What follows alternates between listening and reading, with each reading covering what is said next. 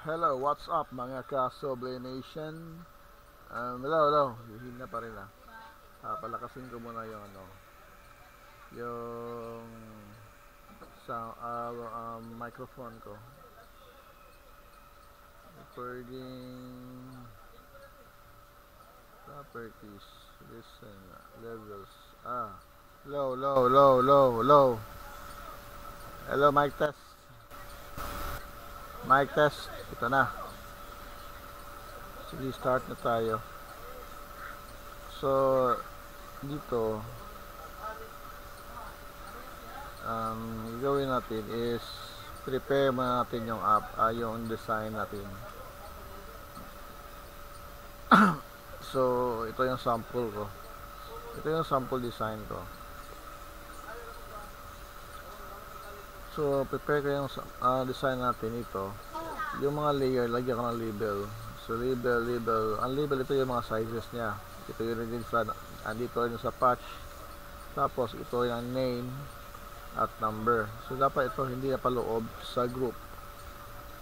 Tapos, ito na rin ang list of names natin, yung lineup natin.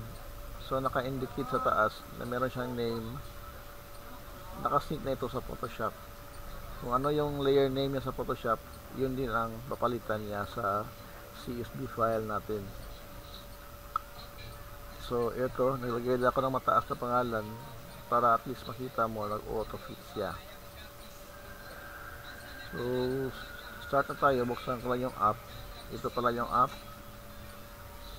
Actually, meron ako na dito ang Launch Resize app at Launch Half-Cut app. Itong Launch Resize app, ito yung automatic na mag-release, gawa ng sizes natin dito sa Auto Resize Garment Type. Tapos ito namang Launch Half-Cut app is ibang process po ito. Meron kasi ating kasamahan na may process sila na front at back lang. So, hindi kasama ang dalawa. So, ginawa ko, kinakat yon si front at si back, hiniwalay para for printing. Pero as usual, gawin natin yung standard. So, ito, click ko yung sample. Ito yung CSV files natin, containing mga list of names. Tapos, ito rin ang PSD. Start data entry. Ito na yun. So, kung makita nyo, naglalagay siya lang yan. At guys, huwag nyo kalikutin sa Photoshop. Hayaan nyo lang siya na matapos. Kasi baka mag-error. So, tapos na. Kasi apat naman ang pangalan. Then, after niya matapos, so makita niya sample. Usually, noon, gusto ko talang gumawa ng go for the JPEG, pero sa akin lang maraming instances kasi pag JPEG tayo, minsan di customer nagloloko, uy, yung pangalan pala iba yung name, iba yung mga misspelled, nag-update si customer, kaya balik sa simula naman tayo. Kasi ganito, pina-finalize natin yung pangalan. Pag finalize na ito, yung mataas nag-merge siya ito, nag-auto-fit siya kasi para hindi siya masama sa tahi. Ito na siya.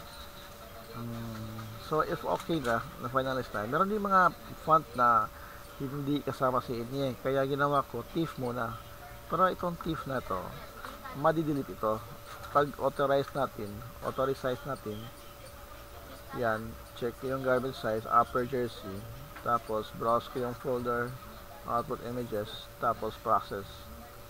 So, ang mangyayari, maggagawa siya ng ibang folder. Tapos, ipapasok niya yung mga TIFF file na magiging JPEG. Tapos, ang maganda nito, meron mo siyang desired resolution para sa kasamahan natin na iba't ibang resolution. So, meron kasi gumagamit ng 300, meron yung 200. So, at least, makaano sila. So, ito, si Moiki na to, kasi yung iba gusto na si Moiki agad o iba si RGB agad. Itong JPEG converter experimental, pwede nyo i-try ito. Pag mag-JPEG, ipapasok ko lang kung sa tutorial, pero hindi ako usually gumagamit nito. Doon ako sa Photoshop mag-convert if from CMYK to RGB talaga. So, ito na. Tapos na. Thank you.